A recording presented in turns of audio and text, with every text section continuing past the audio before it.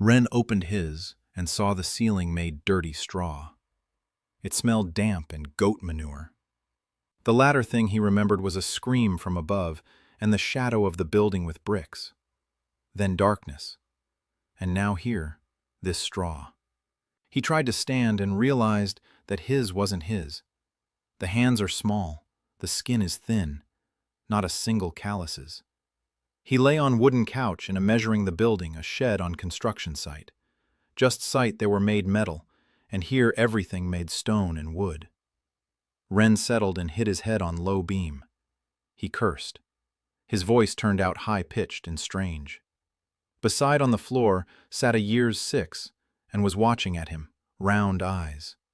She called someone and opened doorway. A pitch as a man. His was bent like that, his stuck forward like a pitch's, a turtle. Her face is building and pock-marked wrinkles. He be building and 40 or 60. The man said that Wren had woken up and that he had been out for 2 days after a rock hit him in the back of the head on the lower ledge. Wren didn't understand a word of the first 3 sentences.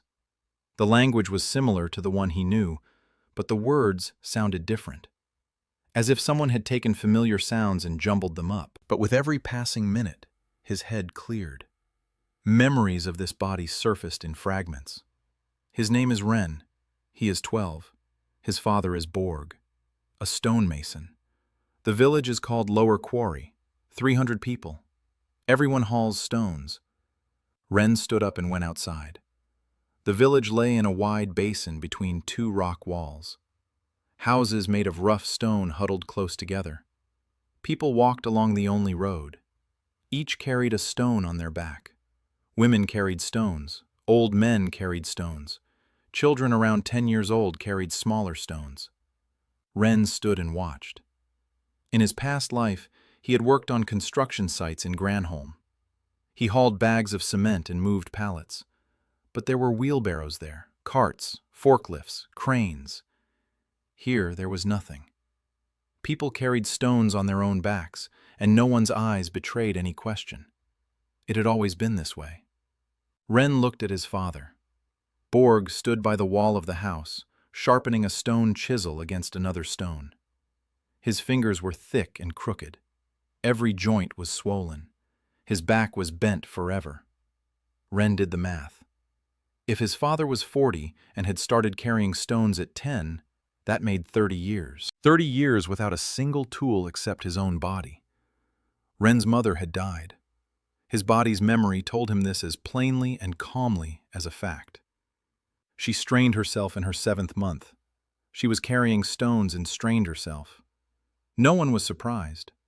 That's how it goes. Women sometimes strain themselves. Wren sat down on the threshold and stared at the road.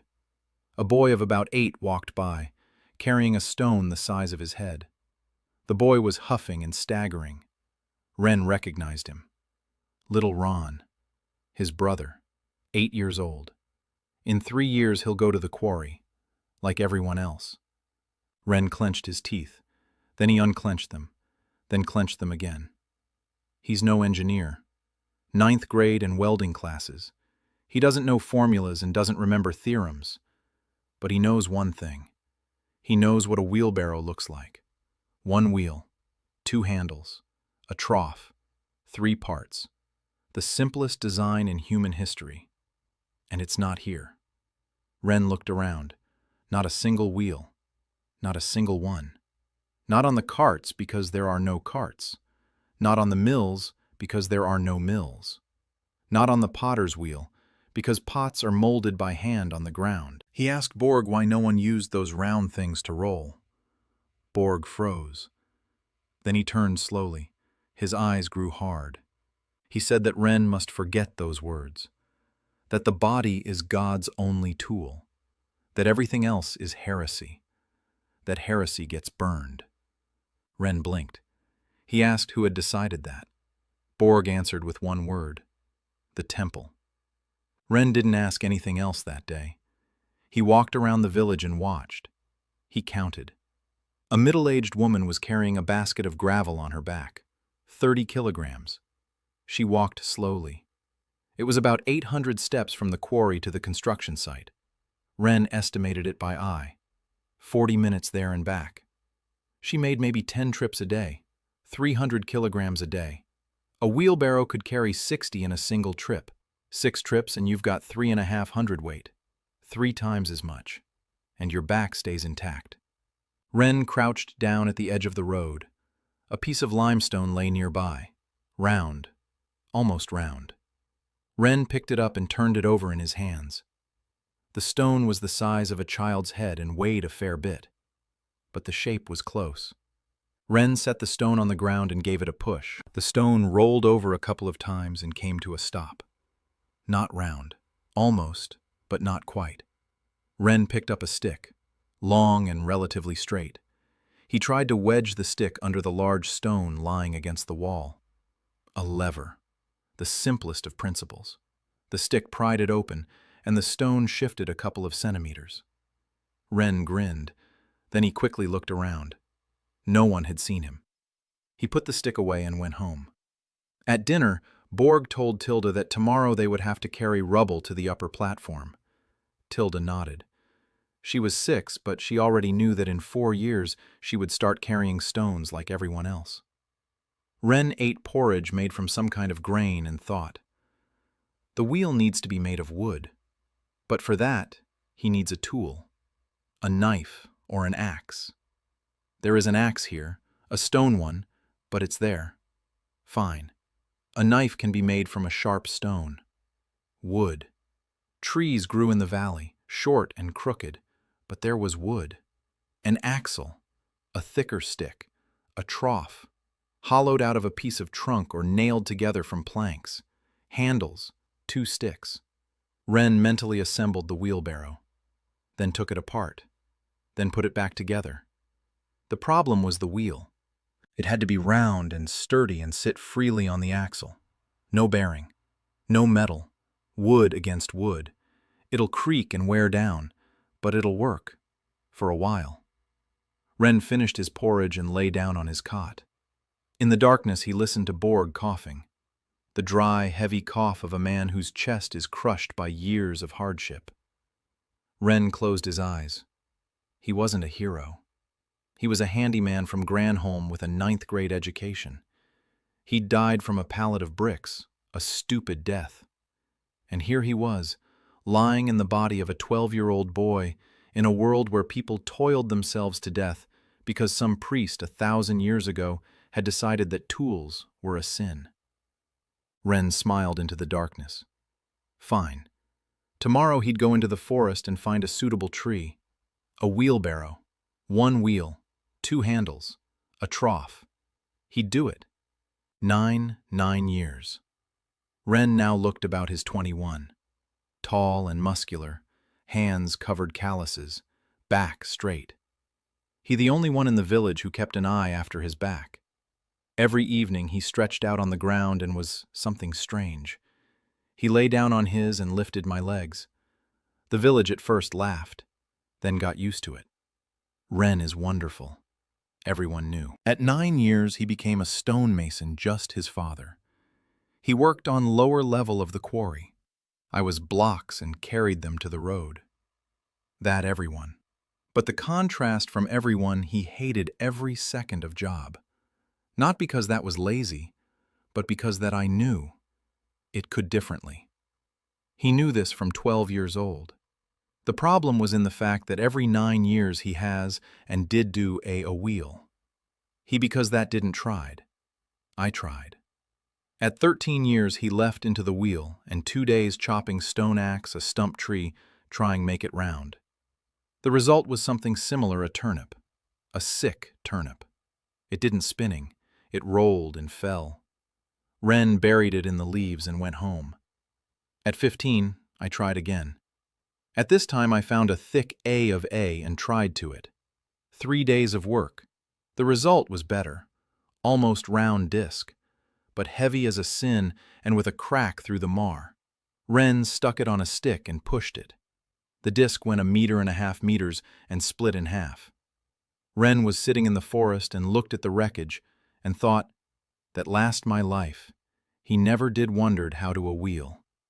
It was there, on every construction site, at every street. Carts were by fence, and no one did thought that it miracle of ingenuity. And it turned out that circle of wood is not that simple, especially without proper tools.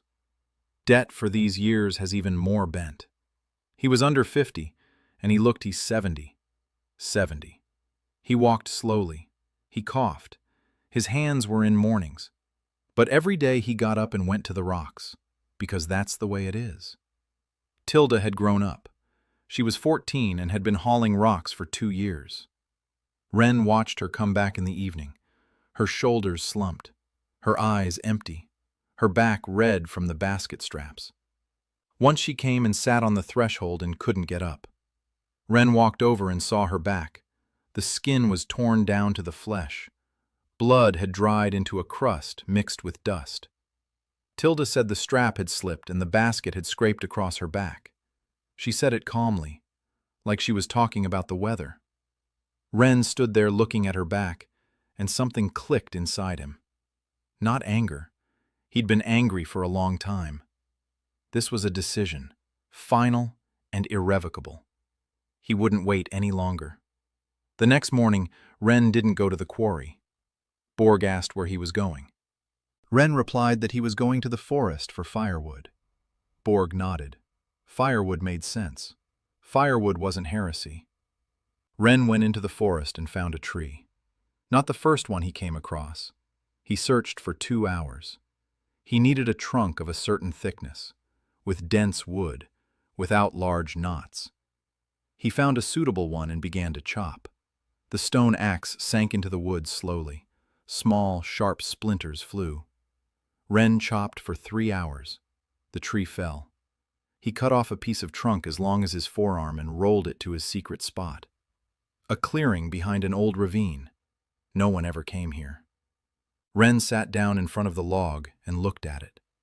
He needed to make a circle out of this piece of wood. Smooth, sturdy, with a hole in the middle for the axle. Previous attempts had failed because he'd tried to carve a solid disc. Too rough, too much material to remove, and any crack ruins everything. Wren sat and thought. Then he remembered. At the construction site in Granholm, there were old wooden wheels, not solid, assembled. 3 planks held together, a circle cut from a composite panel. It's easier. The 3 planks can be fitted together, fastened with wooden dowels, then shaped into a circle. If one part cracks, just replace that one. Wren got to work. The first day was spent splitting a log into planks, with a stone wedge and a hammer. He ended up with 4 rough planks, crooked and of varying thicknesses. Wren picked 3 and began to smooth them out, with a stone scraper. Slowly, tediously, shaving off a millimeter at a time. In the evening he returned home. His hands were full of splinters. Borg looked at them and said nothing. Tilda asked where the firewood was. Wren said he'd bring it tomorrow. Little Ron sat in the corner building something out of pebbles. He was 8. In 2 years the quarry. Wren watched him and worked faster in his head. Every day he went into the forest. Every day he worked on the wheel. By the 3rd day, 3 planks were more or less even. He stacked them together and bound them with vine. He began whittling them into a circle. A stone axe for the rough shape. A stone knife for the finishing touches. The circle was coming out crooked. Wren stopped. He checked it by eye. He whittled some more. On the 5th day, he had a disc. Rough, with burrs, but almost round. 4 fingers thick. He drilled a hole in the center with a stone drill. It was a stick with a sharp stone tied to the end. Wren spun it between his palms for 2 hours. The hole was done. Wren inserted the stick into it and spun the disc. The disc turned. It creaked and turned again. Wren sat in the clearing and watched as the wooden circle slowly spun on the stick. The first wheel in this world in 1,000 years. Crooked, creaky, ugly, but it was spinning. Wren laughed. Then he fell silent. Then he laughed again. It was the laugh of a man who had waited 9 years for this moment. Now, he needed a frame. 2 spokes and a rim. Ren worked for 4 more days. He found 2 long poles for the spokes. He carved a makeshift rim from a split log. He held it all together with vines and wooden pegs. The contraption looked like something a drunk carpenter had cobbled together in the dark. The wheel sat crooked. The handles were different lengths. The trough creaked. Ren placed a rock the size of his head in the trough and grabbed the handles. He lifted it. He pushed. The wheelbarrow rolled 3 steps. The wheel screeched. The trough tipped to one side. The rock fell out. The left handle snapped. Ren stood and looked at the collapsed structure. The first wheelbarrow. Dead. He wasn't upset. Things hadn't gone perfectly the first time at the construction site in Granholm either.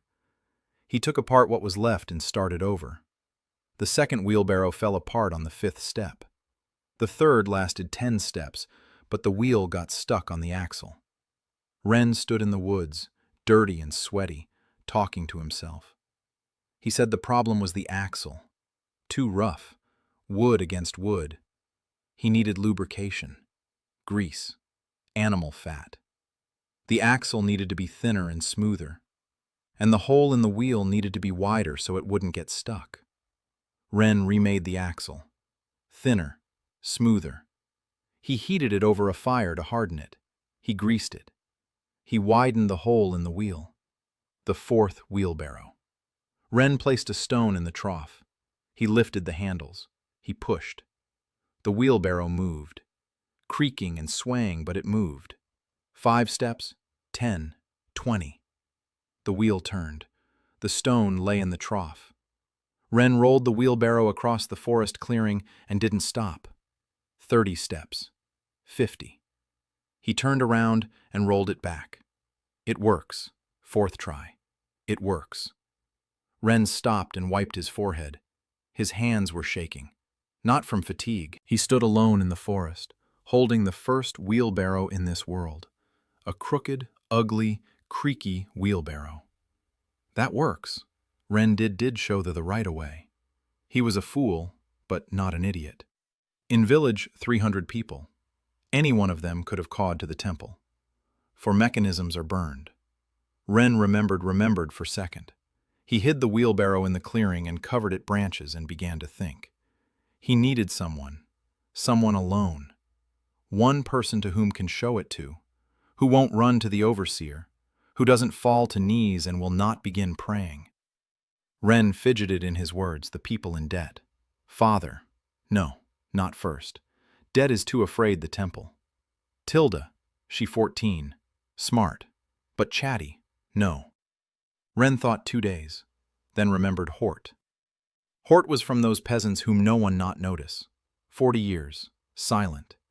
His wife died 3 years ago. 2 children. Every day Hort carried stones from the quarry to the road. That same basket, the same back, the same path. But Ren noticed in him one thing. The once slipped a stick under a rock. A lever. Ren saw it. No one else noticed. Hort quickly put the stick and looked back. Then he reached it on. This man thinks, and this person doesn't afraid to think. Ren approached to Hort in the evening. He said that he wants to show him something. Hort looked at him for a long time and silently. Then he nodded. Next morning they went into the forest. Ren brought him to a clearing and removed branches from the wheelbarrow. The hound stood and watched. He move. He speak. Ren explained. He said that at a car, that the wheel is spinning and carries along it's the weight. What one person carry, so as 4 on there. Hort remained silent. Ren suggested he try it. Hort didn't move for another minute. Then he came over. Ren placed 3 large stones in the trough, 50 to 60 kilograms. Hort grabbed the handles. He lifted it. His face changed. He pushed the wheelbarrow forward.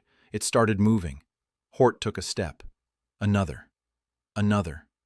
He rolled the wheelbarrow across the clearing, and his face changed with every step. Ren saw it. Hort carried that kind of weight on his back every day. The straps cut into his shoulders. His spine compressed under the load. But here he was, walking straight. His back was straight, his hands on the handles, the weight on the wheel. Hort stopped. He turned to Wren. His eyes were wet. He said his back didn't hurt. Wren nodded. Hort pushed the wheelbarrow back, then forward, then back. He pushed the wheelbarrow for about 20 minutes and couldn't stop. Then he set it down and sat on the ground. He asked why Wren had shown him this. Wren replied that he needed someone he could trust. Hort asked if Wren knew what they'd do to them if they found out. Wren replied that he knew. Hort was silent for a moment. Then he said that his wife had died because she'd strained herself. Just like Wren's mother. Just like dozens of women every year. That his daughter was 10 years old, and in 5 years she would start carrying stones. Hort said he would help. Wren and Hort started working together. The two of them got the job done faster. Hort turned out to be good with wood. His hands were precise. His eye was sure. In a week they built a second wheelbarrow. Better than the first one. The wheel was smoother. The handles were the same length. The trough was deeper. Wren started hauling firewood. He'd go into the woods with the wheelbarrow and come back with firewood. Lots of firewood. Borg noticed. He asked where it all came from. Wren replied that he'd found a good grove. Borg accepted it, but he looked at him strangely. Hort started hauling gravel. Not on the main road, on a side path. Early in the morning when no one was watching. In a single morning, he brought as much gravel to his plot as he usually carried in 4 days. Hort's neighbor noticed the pile of gravel and asked how he did it. Hort shrugged and said he'd worked all night. The neighbor didn't believe him but kept quiet. A week passed. Hort couldn't take it anymore. He called his brother-in-law Tam. Tam was a big, silent man with hands like shovels. Tam came out to the clearing and saw the wheelbarrow. And he didn't react like Hort. Tam turned pale and took 3 steps back. He said it was heresy, that the temple would burn them all. Wren waited. Hort waited. Tam stood there staring at the wheelbarrow as if it were a snake. Then Hort said one sentence. He said that Marna would still be alive if this thing had existed 20 years ago. Marna was Hort's wife and Tam's sister. Tam fell silent. Then he sat down on the ground. Then he stood up. Then he grabbed the wheelbarrow's handles, and he rolled it away. A month later, they had 5 wheelbarrows. Wren, Hort, and Tam worked every evening in the clearing. 5 wheelbarrows and a small workshop among the trees. Wren taught them how to make wheels, how to choose the wood, how to heat the axle, how to grease them. 5 wheelbarrows and 5 people who knew.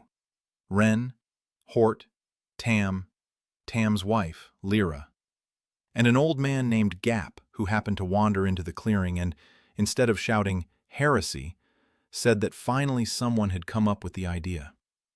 Gap was 62. He was the oldest man in the village.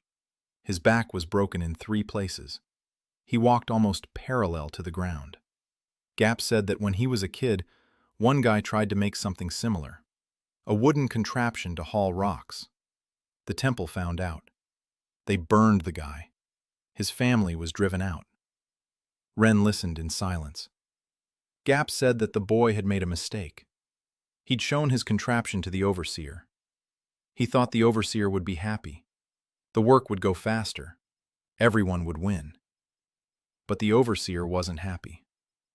If one man with a wheelbarrow does the work of 4, then 3 are surplus to requirements. And the overseer gets paid for every worker. Wren nodded. He'd already thought about that. A wheelbarrow isn't just a tool. A wheelbarrow is a threat to every overseer, to every priest, to every slave trader. 1 wheelbarrow replaces 10 porters. 100 wheelbarrows mean 1,000 unnecessary slaves. 1,000 slaves mean someone's money, someone's power. Wren knew that sooner or later they would find him. The question wasn't whether he could hide the wheelbarrow. The question was what to do when he couldn't. He needed a shield. Someone with power. Someone who needed the cart more than they needed to destroy it. Ren recalled the conversations on the lower ledge of the quarry. Stones from the lower quarry were going to a major construction site, the Royal Palace. Construction had been going on for 20 years. The stones were hauled by slaves, thousands of slaves. The construction was overseen by an architect named Velmar. Ren had never seen him, but he'd heard of him.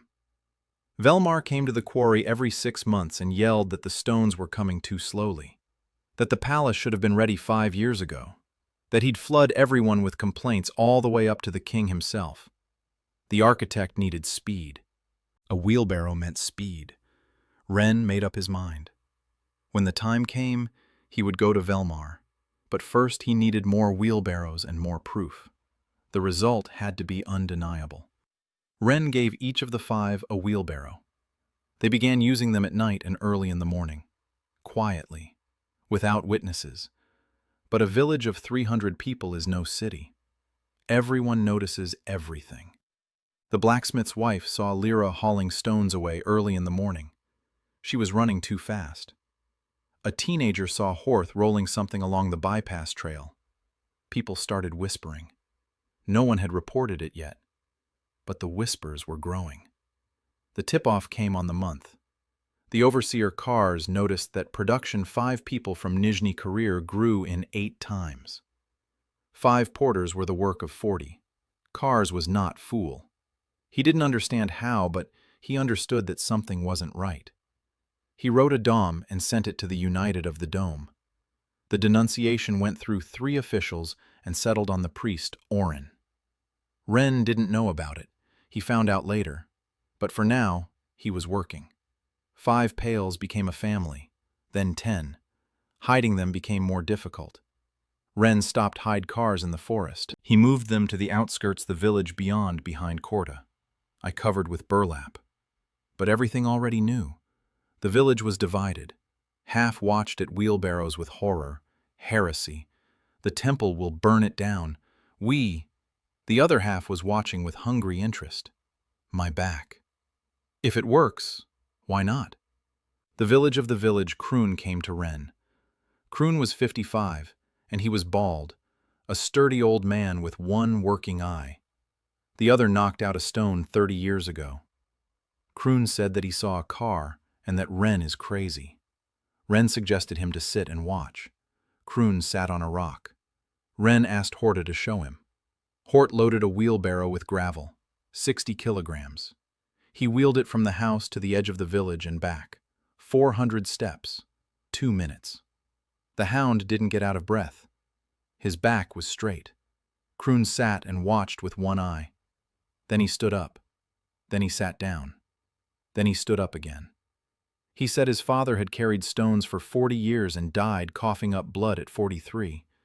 He said his wife had been carrying stones for 20 years and couldn't straighten her back. Then Kroon asked how much a wheelbarrow cost. Ren realized at that moment that Kroon was on his side. But Ren also realized that time was up. Kars had already written the denunciation. Ren could feel it. Too many eyes, too much whispering. He had to act fast. Ren left the village with Hort. He told him to keep making wheelbarrows, but not to show them to the overseer. Hort nodded. Ren packed a bag of food and set off on foot. 60 kilometers to the capital, a 3-day journey. He walked along the road among other travelers. Everyone was carrying something on their backs. Bags, baskets, bundles of firewood. Ren walked light and thought. Velmar, the royal architect, the only man for whom the speed of construction matters more than dogma. Ren arrived in the capital on the 3rd day. The city was enormous. Stone walls 3 men high, streets paved with stone, laid by hand, every single stone, by hand. Ren walked through the city and saw the palace under construction. It covered an entire hill, thousands of people on the slopes, like ants, each carrying a stone. A chain of porters stretched from the foot of the hill to the top, stone by stone, back to back. Ren stood and counted. At a glance, there were 3,000 workers. If each carries 30 kilograms per trip and makes 10 trips a day, then about 900 tons of stone are hauled up the hill each day. 500 people with wheelbarrows could do the same job, even faster, because a wheelbarrow doesn't get tired by lunchtime. Wren found the architect's office. A wooden building at the foot of the hill, guards at the entrance, 2 overseers with sticks. Wren approached and said he needed to see Velmar. The guard laughed. He said that a stonemason from the village wouldn't get to see the architect. Wren had expected that. He said he could speed up construction 5-fold. The guard stopped laughing. He looked at Wren closely. He went inside. He returned 10 minutes later. He led Wren into a room. Velmar turned out to be different from what Wren had imagined. Short, thin, about 55 years old, fingers stained with ink, eyes sharp and tired. Blueprints lay on the table in front of him. Wren had seen blueprints in his past life. These were different. No precise lines, more like sketches. But Velmar was clearly a smart man. He looked at Wren and asked what kind of nonsense this was about 5-fold acceleration. Wren didn't say anything. He showed him. From the bag, he took out a miniature model of a wheelbarrow. A small one, about the size of 2 palms. He had made it over 3 evenings before leaving. A wheel made of solid wood, handles, a trough. Wren placed the model on Velmar's table and put a pebble on it. He pushed it. The model rolled across the table. Velmar watched, without blinking. Wren explained. The wheel bears the weight. The man just pushes. 1 porter with a wheelbarrow replaces 10. 3,000 porters on a construction site can be replaced by 300. Or keep the 3,000 and haul 10 times as much stone. The palace will be ready in 2 years, not 10. Velmar didn't touch the model. He looked at it like a predator eyeing its prey. Then he looked up at Wren and asked where he'd gotten the idea. Wren replied that he'd come up with it himself. Velmar asked if Wren knew that this was heresy. Wren replied that he did. Velmar was silent for a moment. Then he stood up. He walked over to the door and closed it. He returned to the table and said he didn't give a damn about heresy. He needed the palace. The king had given him 10 years, and 5 had already passed. If construction didn't speed up, Velmar would lose not his position, but his head. He asked if Wren could build a full-size wheelbarrow right there. Wren replied that he needed materials in 3 days. Velmar nodded and ordered that Wren be given everything he asked for. Wren worked in the shed behind the office. Velmar assigned 2 carpenters to assist him. Wren showed them what to do. For the first time he was working with proper tools. Iron axes, iron knives, a plane. It was like stepping onto a real construction site after the Stone Age. The wheel was finished in half a day. Even, smooth, with an iron hub on the axle. Wren almost cried when he saw it. 3 days. The wheelbarrow was ready. Not that crooked monstrosity from the forest. A real one, sturdy, with a deep trough and a smooth wheel. Velmar came to watch. Wren loaded the wheelbarrow with stones, 80 kilograms. He grabbed the handles and rolled it up the slope. Easy. Velmar walked alongside. He watched. Wren brought the stones to the upper landing and dumped them out. He turned around and headed back down. Velmar stood at the top and looked down at 3,000 porters crawling up the slope with stones on their backs. A stonemason from the village had just done the same job in 5 minutes. Velmar came down and said he needed 50 wheelbarrows by next week. Wren replied that he could manage it. But there was a problem. The temple. Velmar smirked and said that the temple was his problem. Wren returned to the office.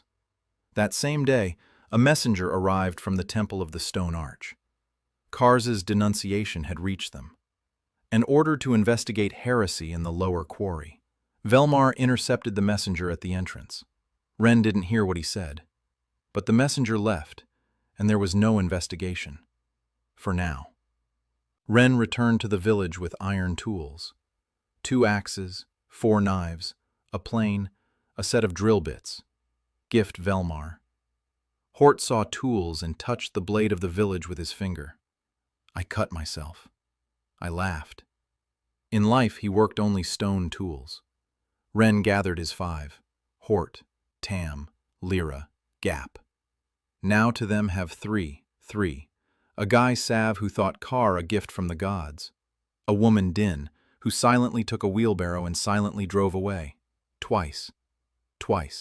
Stones than usual. And blacksmith Olm, who was the only one in the village knew work with iron. Olm was important. With iron tools and blacksmith production wheelbarrows accelerated by several times. Ren showed Olm a drawing of an bushing for Axel. Olm turned the drawing and nodded. He said that he would by morning. And did. The first iron bushing. Wheel on it spun like in a quietly and even. Ren set a plan. 50 cars for 7 days. Velmar is waiting. The village has turned into workshop. Ren started his work into stages. Some are trees and cut logs. Others trim wheels. Still others assemble frames. Olm forges bushings. Conveyor belt. The word of which here didn't, but the principle worked. Krun, the elder, took in the organization. It turned out a good manager. He placed people in the right places. He kept that the materials didn't run out. I cursed when someone was lazy. The village was working. Not everyone. A man 40 out 300. The rest looked from the sidelines. Some with interest, some with fear, some with open hostility. The priest of the village, old man Pal, walked from the houses and said that heresy would bring the wrath of God. That will burn. That Ren is possessed by demons. Ren didn't argue with Pale. It was useless. Instead that he worked. By the 5th day, it's 30 wheelbarrows. By 70, 44. Ren looked at row of at-hortas. 44. Not 50, but close. Velmar sent 10 carts to fetch them. The carts were ox carts, long platforms pulled by oxen without wheels. The wheelbarrows were loaded onto the ox carts and sent to the capital. Ren went with them. At the palace construction site in the capital, the wheelbarrows caused a sensation. Ren personally showed the first group of workers how to use them. Load the stones into the trough. Grab the handles. Lift. Push. That's it. The first worker was a big man named Grano, a slave. 20 years on the construction site. A back like Borg's. Bent forever. Grano grabbed the wheelbarrow's handles and set off. 60 kilograms of stone. Up the slope. Grano walked, and his face was blank. Not happy. Not surprised. Blank. He rolled the wheelbarrow to the upper landing, dumped the stones, turned around, rolled back down, and then he cried. He just walked and cried, silently. For 20 years he had climbed this slope with stones on his back. 10 trips a day. Every day. 20 years. And now he was rolling them down and his back wasn't breaking. By the end of the first day, 44 wheelbarrows were working on the construction site. The pace had picked up. Velmar stood on the upper platform and counted. In a single day, they hauled as much stone up the hill as they usually did in 4. A 4-fold increase in speed. And that was on the very first day. The men hadn't even gotten into the swing of things yet. Ren knew it would be faster. Velmar turned to Ren. His eyes were burning. He said he needed 100 wheelbarrows. No, 200. And something bigger for the large blocks. Ren nodded. Bigger meant a cart, 2 wheels, a platform, an ox, a ton at a time. But that was the next step. First, the wheelbarrows. Ren returned to the lower quarry and began expanding production. Now the whole village was working, even those who were afraid. Because Velmar paid. Real money. Copper and even silver coins. A village that knew only stones and sweat saw money in such quantities for the first time. Tilda. Ren finally brought his sister on board. Tilda was 14 and turned out to be incredibly smart. Ren put her in charge of counting. Materials, finished wheelbarrows, expenses, revenue. Tilda calculated faster than Wren had expected. She set up an accounting system, sticks on a board. How much wood had been used, how many axles Ulm had forged, how many wheelbarrows had been shipped, how much money had been received. Within a week, Tilda knew more about production than Wren did. She came to him that evening and said they were wasting wood. Too many scraps. We could use them to make handles for the next wheelbarrows instead of cutting new ones. Wren looked at her. 14 years old, not a single day of school. Production optimization. He said she was right. Tilda nodded and left. From that day on, Wren made wheelbarrows and Tilda made money. Little Ron hung around nearby.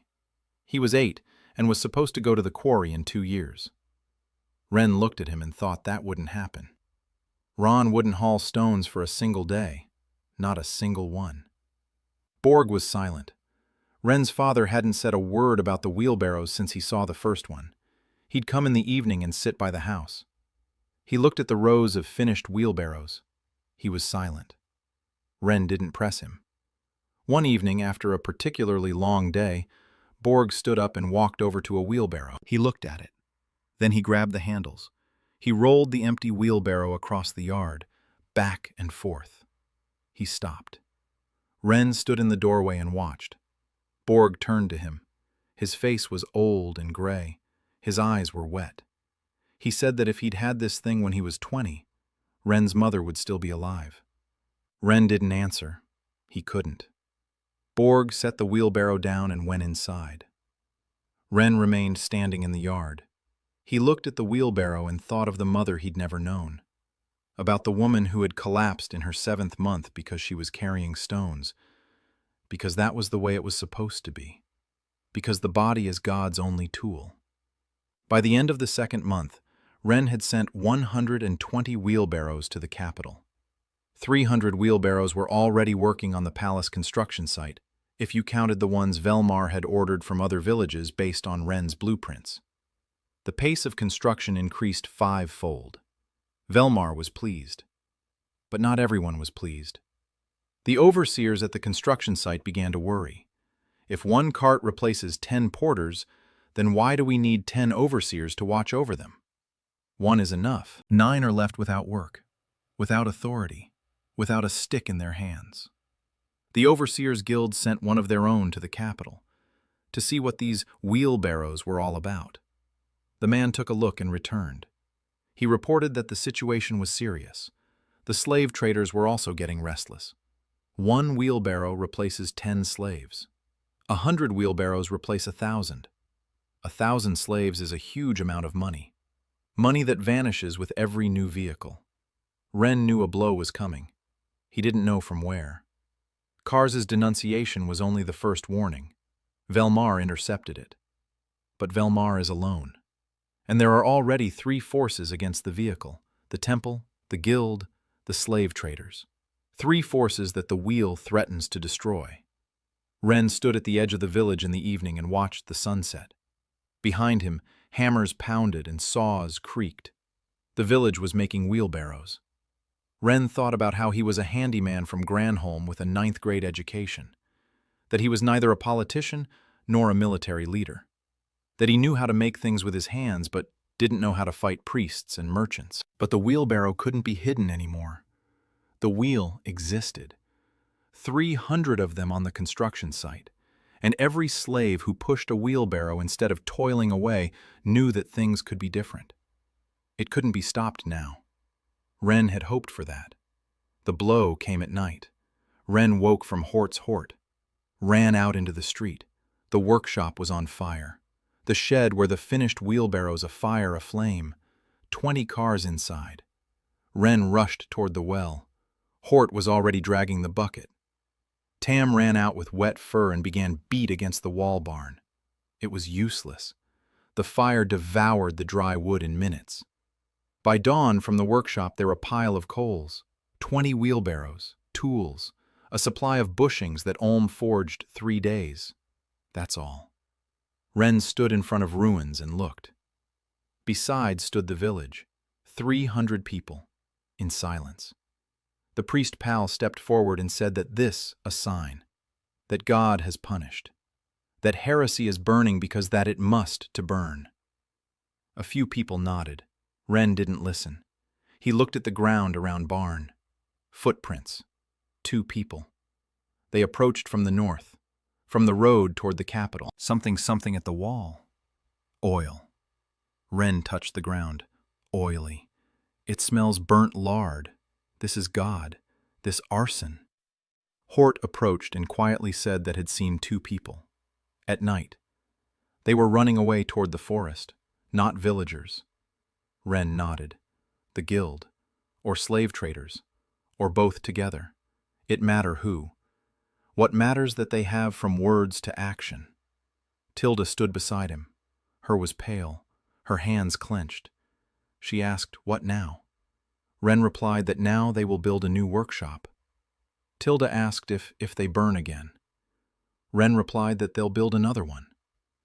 Tilda looked at him for a long time, then nodded and walked away to calculate the losses. Ren gathered his team. Hort, Tem, Olm, Sev, Dean, Kroon. 8 people. Ren said that more no single workshop.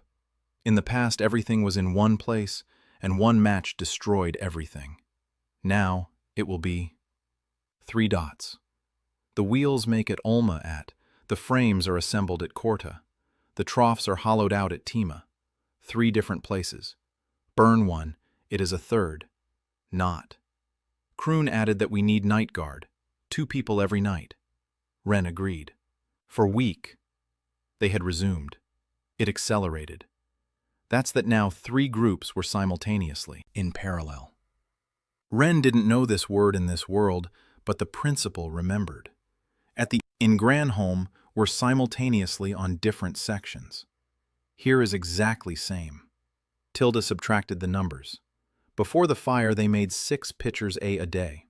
Now 8. Casualties from the fire would be covered in 3 days. Ren smirked. Whoever started the fire had done them a favor. It forced them to spread the risk. But Ren knew that the arson was only the beginning. 3 days after the fire, a man arrived in the village. Riding a donkey, wearing clean clothes, carrying a leather bag. He introduced himself as an envoy from the Overseers Guild.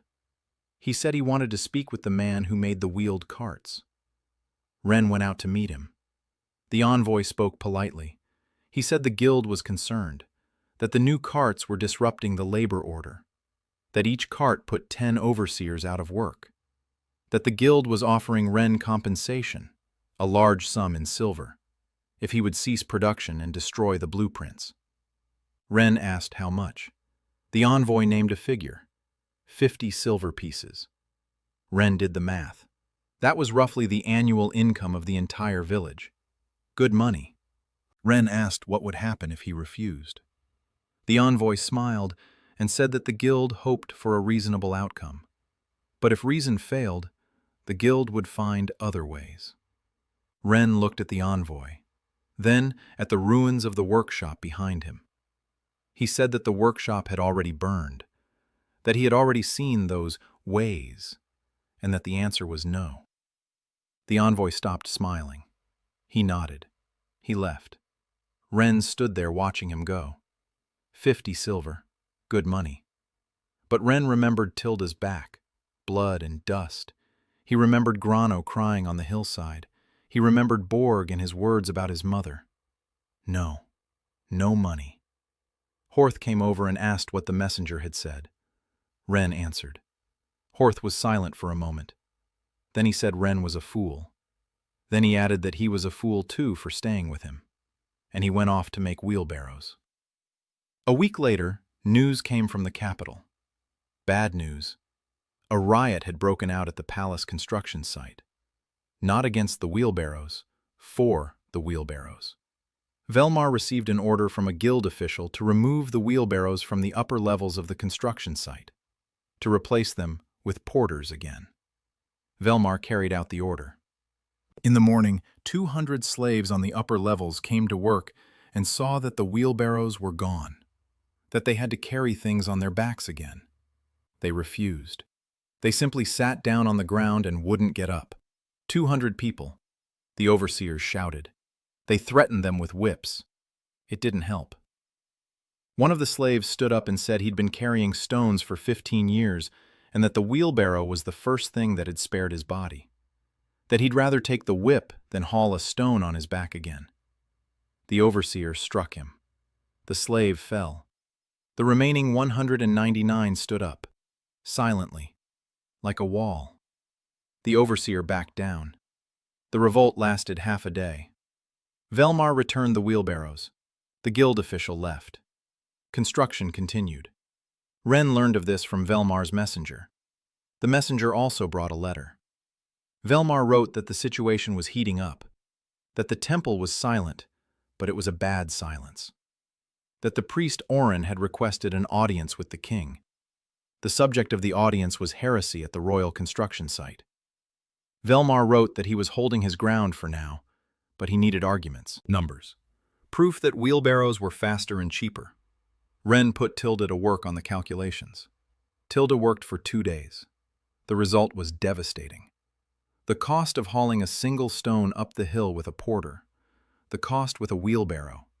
A 7-fold difference. The time to build a single tier of the wall with porters. The time with wheelbarrows. A 5-fold difference. The number of workers who suffered back injuries in the month before wheelbarrows. The number after. A 12-fold difference. Tilda drew everything on wooden planks, with simple sticks. Even an illiterate person would understand. Ren sent the planks to Velmar. Ren also began working on the next step. A 2-wheeled cart. A wheelbarrow is good, but it has its limits. 60 to 80 kilograms. You can't carry any more than that. But on the construction site, you need to move blocks weighing 300 or 400 kilograms. For that, you need a cart. 2 wheels, a platform, an ox. Ren sat by the fire in the evenings and drew with a stick on the ground. A cart is more complicated than a wheelbarrow. You need an axle to hold both wheels. You need a swivel joint if the cart is long. You need sides. You need a harness for the ox. Every element is a new challenge. Ren isn't an engineer. He recalled the carts from his past life, the ones he'd seen on roads and construction sites. Simple wooden carts, 2 axles, 4 wheels. No, too complicated to start with. 2 wheels, 1 axle, a platform, yoke for the ox. Simpler. Ren began building a prototype. Olm forged a new axle. Long, thick, from the strongest iron he could find. The cart needed larger wheels than a wheelbarrow, twice as large. Ren cut planks and began assembling composite wheels with a larger diameter. The first wheel came out crooked. The second was better.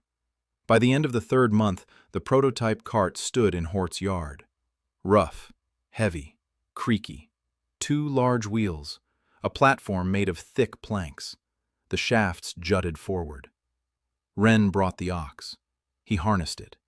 The ox didn't understand what was expected of him. He stood there chewing. Ren gave it a shove. The ox started moving. The cart jerked and rolled away. A stone block lay on the platform. 300 kilograms. The ox pulled it effortlessly. The village watched. 300 kilograms of stone rolled down the road on 2 wheels, pulled by a single ox. Usually, 12 men carried that block. 12 backs. 12 pairs of legs. Now, 1 ox. Kroon stood by the road and watched with one eye. Then he took off his hat. Then he put it back on. Then he took it off again. Then he said one word. Ren didn't hear it. Horth heard it. Horth said that Kroon had spoken of the future. Rumors about the wagon reached to the capital by 3 days. Velmar sent a messenger with one word. Come. Ren arrived. This time didn't on foot, in a cart. The ox pulled it along road, and everyone who stopped and looked. Some fell to their knees. The old man by the Choden shouted that a demon is rolling across the earth. A woman with a child ran to other side of the road. The boy years 10 was running beside with a 3 kilometers and could get enough of the view. Ren sat on platform and was looking at people. They never had seen a wheel. Not time in there, a round object that rolls on ground and carries on it a burden. For them it was like magic. No, worse than magic. Magic, they did. For them, it was like a miracle, or like heresy. It depends on who you ask. In capital, Velmar was at the parts of the construction site. He saw a while and froze. Then I walked over. He walked it. I touched the wheel. I felt the axle. I crouched and looked at the bottom. He stood up and asked how weight she weighs. Ren replied that it checked up to 400 kilograms. The pulls without problem. Velmar closed his eyes for a second. He opened them. I said that on top levels need lift blocks by 500, 600 kilograms. Now they are 40 people. With you'll need 2 and ox. But the road to upper levels is steep. They won't make it up. Ren had thought about that. The answer is simple. An inclined plane. Ramp. A long road with a gentle ascent instead of a short, steep paths. Ren drew on the ground. Here a hill. Here path. Now it runs almost vertically. People climb up. If make a road around the hill in a spiral, then up will gentle. The cart will pull up. Velmar looked at the drawing. Ren saw how the architect calculates in his head. The road along a spiral is a lot work. You need lay to the surface. You need time. But one time built, and then you carry stones up in carts endlessly. Velmar nodded. He said that he would build a ramp tomorrow. 300 workers. Ren held in the capital a week. During that week, he saw construction of a palace nearby. The scale of it stunned me. Even after construction in Granholm, the palace was built 20 years, and it was ready for a third. The stone walls stretched into sky. Columns were in 3 arms-length stairs carved straight into rock. And all this without a single mechanism. Every stone was carried on their backs. Every block was lifted by hand. Ren stood at the base of the unfinished wall and counted. People had died here. Hundreds, maybe thousands, crushed by stones, falling from a height, exhausted to death.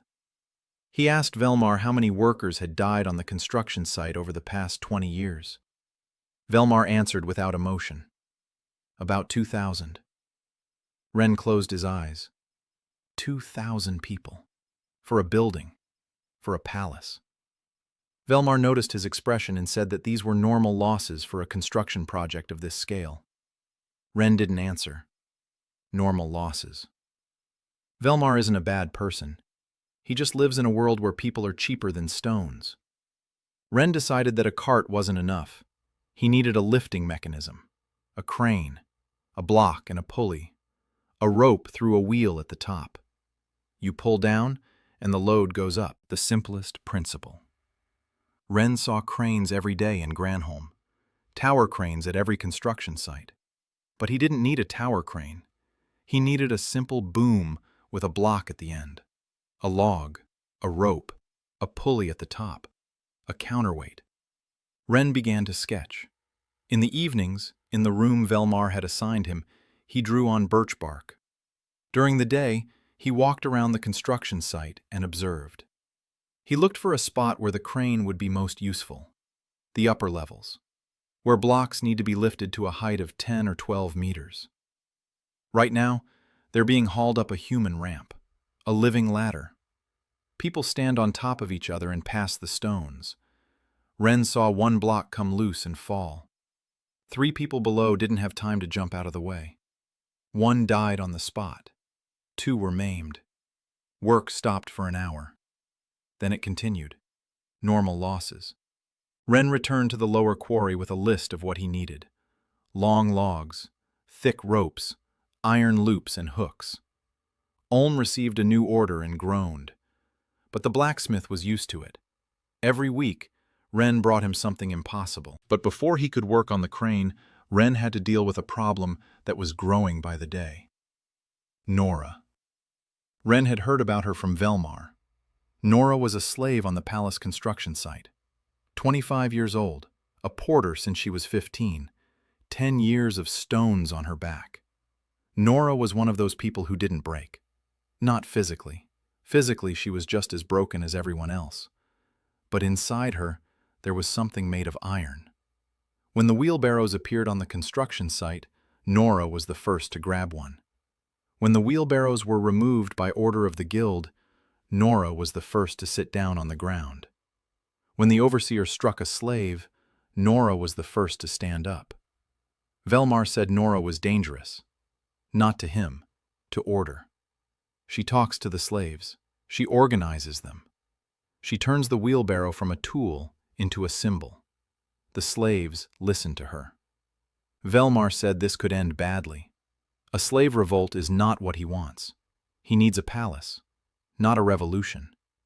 Ren went to the capital and found Nora. She was working on the lower level, pushing a wheelbarrow full of gravel. Average height, muscular, short hair, a burn scar on her right arm, a whip scar on her left. Ren walked up and said he was the one who made the wheelbarrow. Nora stopped. She looked at him. Then she said she knew. Everyone knew. Ren suggested they talk. Nora shrugged. They sat down away from the construction site. Ren spoke first. He said he'd heard about the uprising and that Nora had been at the forefront. Nora replied that it wasn't an uprising. People just refused to break their backs after they found out there was another way. Ren said he understood. But if the slaves started rebelling openly, the temple and the guild would have a reason to destroy the carts altogether. Nora looked at him coldly and asked what he was suggesting. To put up with it. Ren replied, no. He suggested thinking 2 steps ahead. The wheelbarrow is the beginning. The cart is the next step. The crane is the step after that. With each step, the wheelbarrows become increasingly indispensable. When the construction site is completely dependent on its mechanisms, neither the temple nor the guild will be able to remove them, because the construction site will grind to a halt. And the construction is the king's will. Nora listened. Then she asked what would happen to the slaves, to those who are carrying stones now. If a wheelbarrow replaces 10 men, then 9 out of 10 will become unnecessary. Ren fell silent. He hadn't thought of that. Nora said she had. That the wheelbarrow saves backs but kills work. That a slave without work is a slave without food. Ren sat there and felt like an idiot. A handyman from Granholm, 9th grade. He'd been thinking about wheels and hadn't thought about people. Nora waited. Ren said he'd answer, but not now. He needed to think. Nora nodded. She stood up. She went back to the wheelbarrow. Ren sat on a rock and watched the workers labor. 300 wheelbarrows on the construction site, 5 times the speed. But Nora is right. If the speed is 5 times faster, then why do we need 3,000 workers? 600 would be enough. And the remaining 2,400. Ren thought about it all the way home. By the time he reached the village, he had an answer. Don't lay people off. Take the stones off their backs and give the people different work. The construction site is huge. We need more than just porters. We need stonemasons, carpenters, pavers, plasterers. The people who are currently hauling stones can learn a trade. If their backs are intact, they can work until they're 60, not just until 35. Ren wrote this down, with a stick on birch bark, in the clumsy letters he'd learned over 9 years in this world. He sent the note to Nora via the messenger Velmar. Nora sent a reply 2 days later. 1 sentence. First, make sure they live to 60. 4th month. Ramp around the hill was ready for a 3rd. 300 men were building it during the day and at night. The road is about 2 carts climbed up a spiral. The slope was gentle. The cart with an ox drove without strain. Velmar stood on top tier and looked down at the spiral of the road and smiled.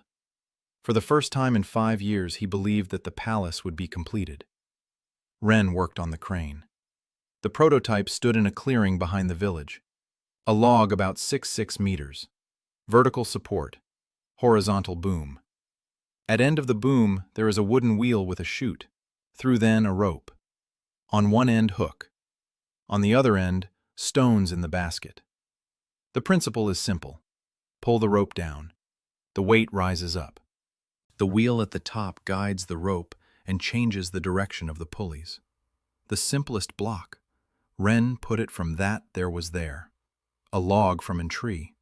Ropes made vines. Wheel from a broken wheelbarrow. First test. Wren tied to a hook at 20 kilograms. He pulled on the rope with other side.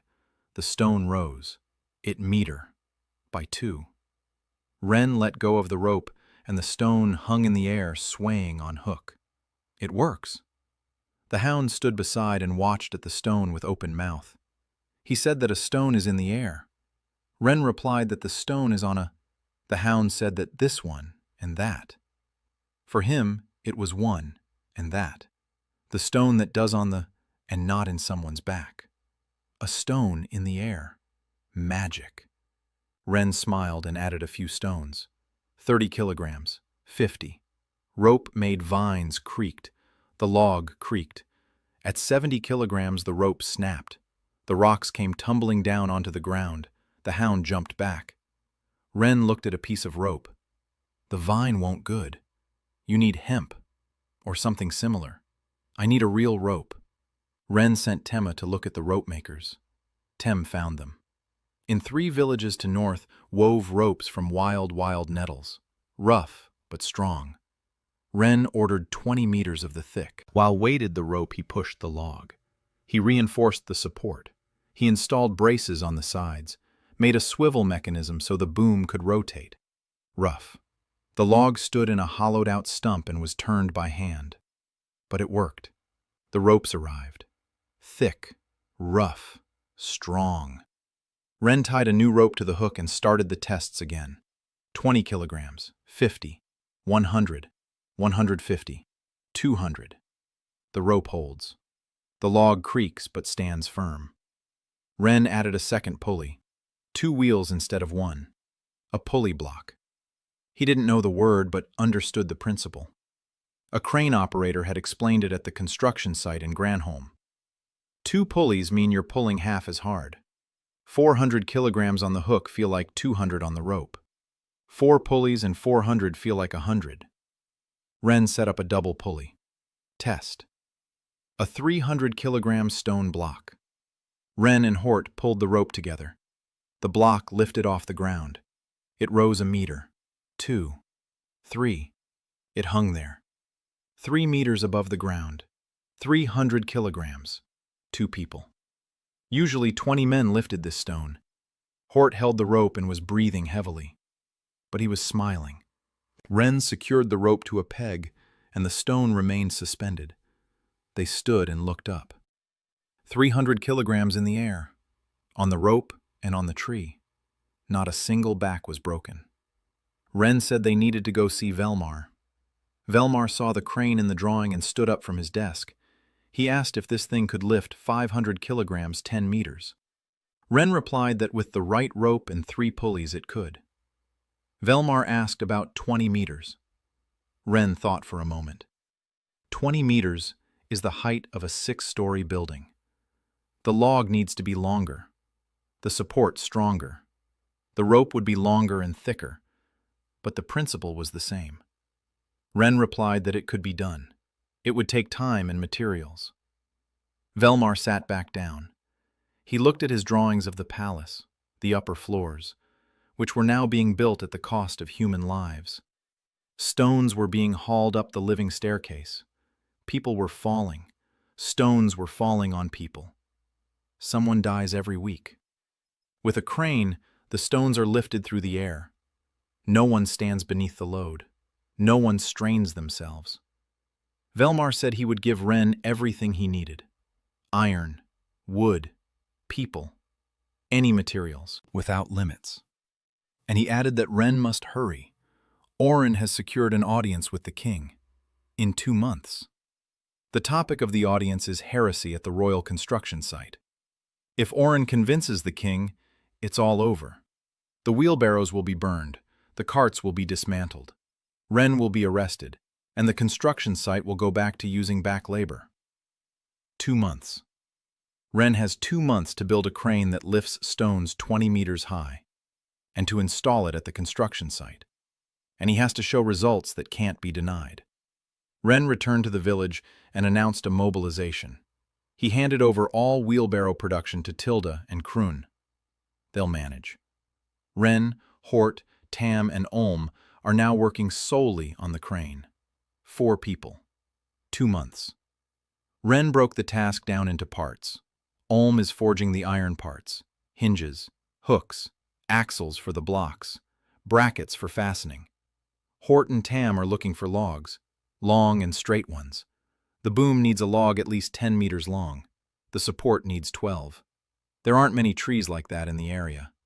Hort found a grove half a day's journey away. Pines, tall and straight. They felled the trees and hauled them on a cart. The oxen strained but pulled. Wren designed it.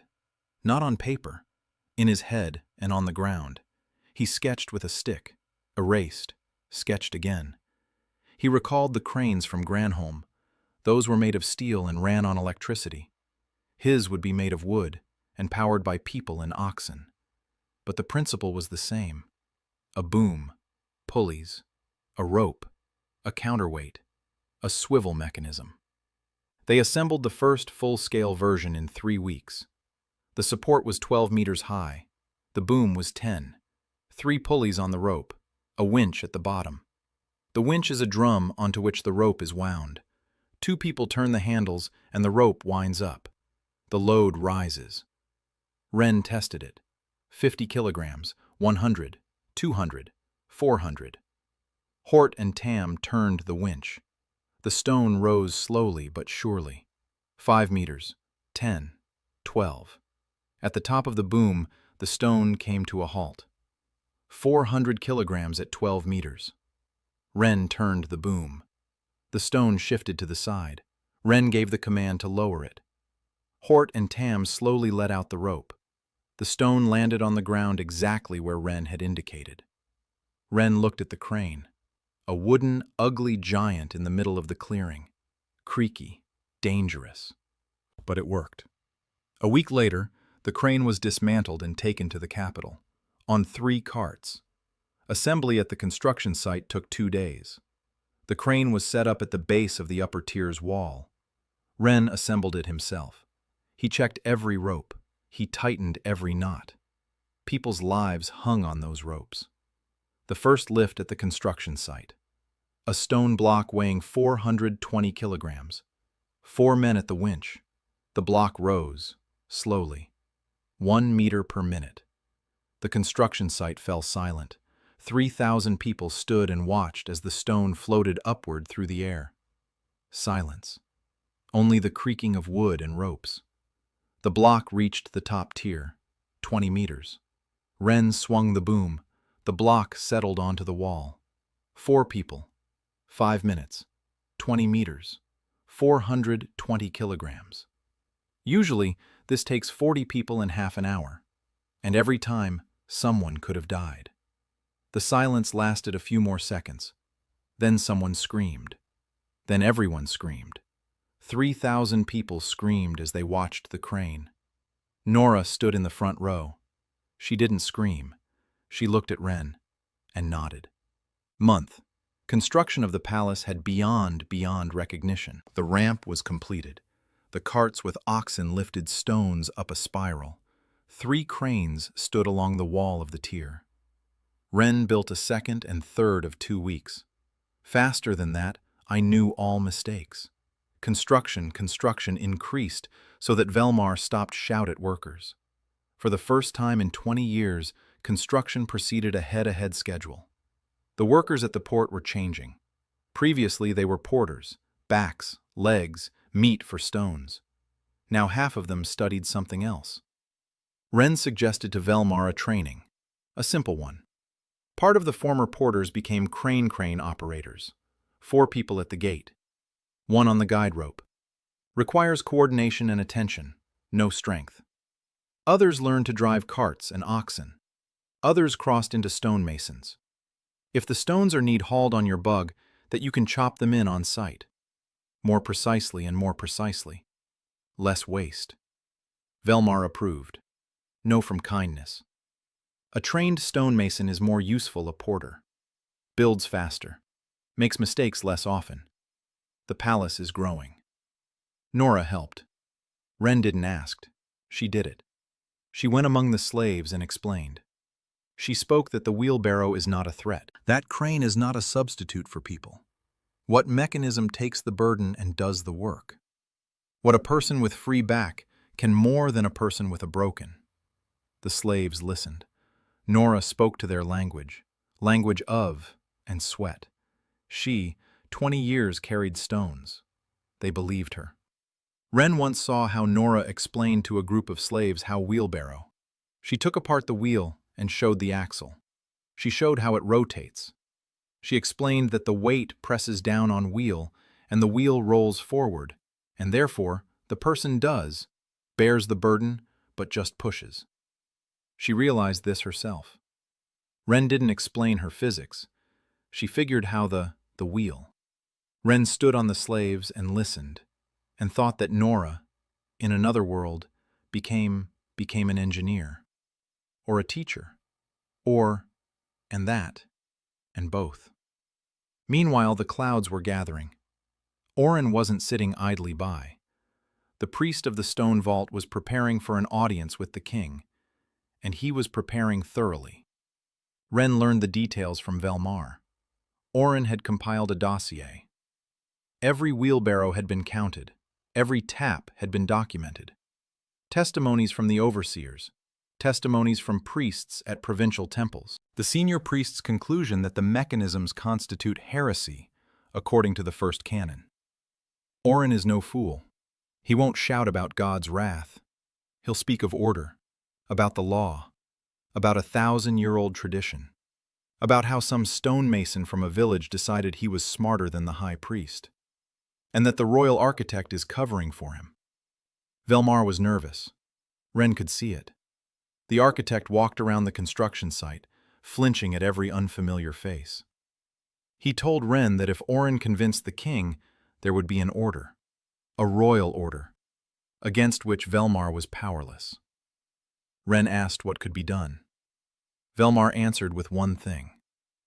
The king needed to see the construction site before the audience. See it with his own eyes. Speed, scale, results. If the king saw that his palace was being built 5 times faster, no Orin could change his mind. Wren agreed. But how to bring the king to the construction site? Velmar said that was his concern. Wren had to make sure the site looked flawless by the time the king visited. Wren threw all his resources into the preparations. 3 cranes worked all day. Carts hauled stones up the ramp non-stop. The stonemasons hewn blocks with a precision they'd never had before. Because before, they'd been too exhausted from carrying to hew them straight. The wall of the upper tier grew before their eyes. 20 rows in a week. It used to take 2 months to build 20 rows. But by the time the king arrived, something Wren hadn't expected happened. The slave traders struck. Not at the wheelbarrows, at the people. 4 men disappeared from the construction site that night. 2 crane operators, 1 wheelbarrow man, 1 stonemason. All 4 were slaves. They were found the next morning, in a ditch by the road, alive, but beaten half to death. A word carved into each of their backs with a knife. Heresy. Wren stood over them and watched. 4 people, 4 slashed backs. The message was clear. The slave traders were saying that wheelbarrows and cranes were heresy, that those who used them would be punished. Not by the temple, not by the law, personally. Nora stood nearby. Her face was stony. She asked Wren what he was going to do. Wren was silent. He's not a soldier, not a commander. He's a handyman. He knows how to make things, but doesn't know how to protect people from knives in the dark. Nora said she knew what to do. Wren looked at her. Nora said that among the slaves, there were those who weren't afraid. 20 or 30 men, strong, vicious, who had endured the whip for 20 years, who had nothing to lose. Nora suggested forming a guard, a night watch made up of slaves. to protect the construction site and the people. Wren asked Velmar. Velmar hesitated. Armed slaves are dangerous, but beaten workers are even more dangerous. The construction site can't come to a standstill. Velmar gave his permission. No weapons, sticks, stakes, torches. 20 slaves under Nora's command.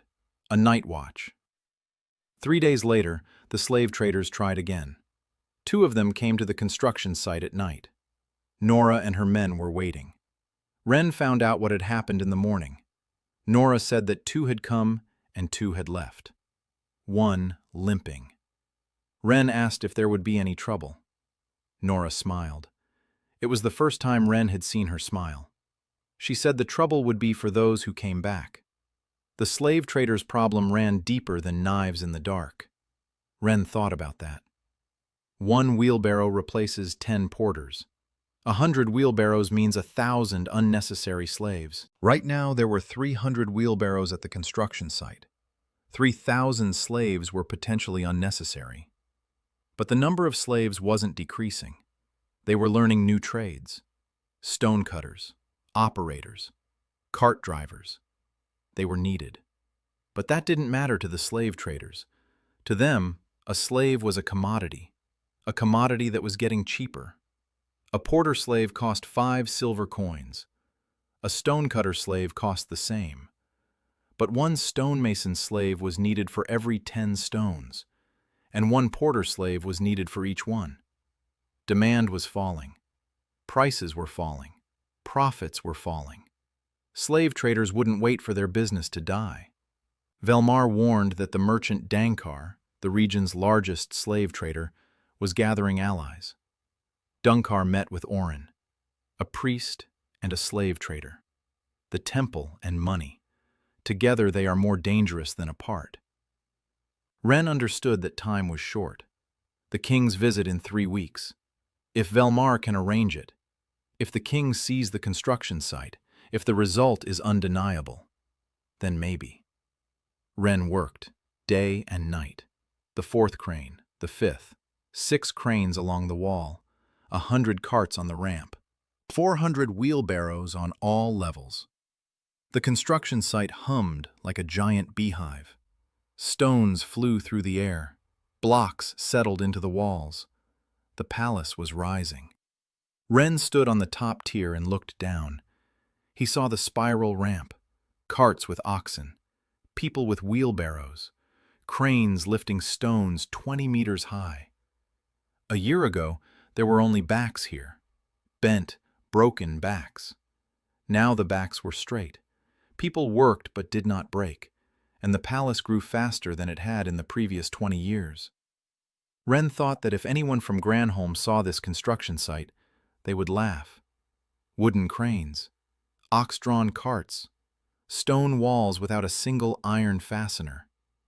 Primitive. But here and now, it was a revolution.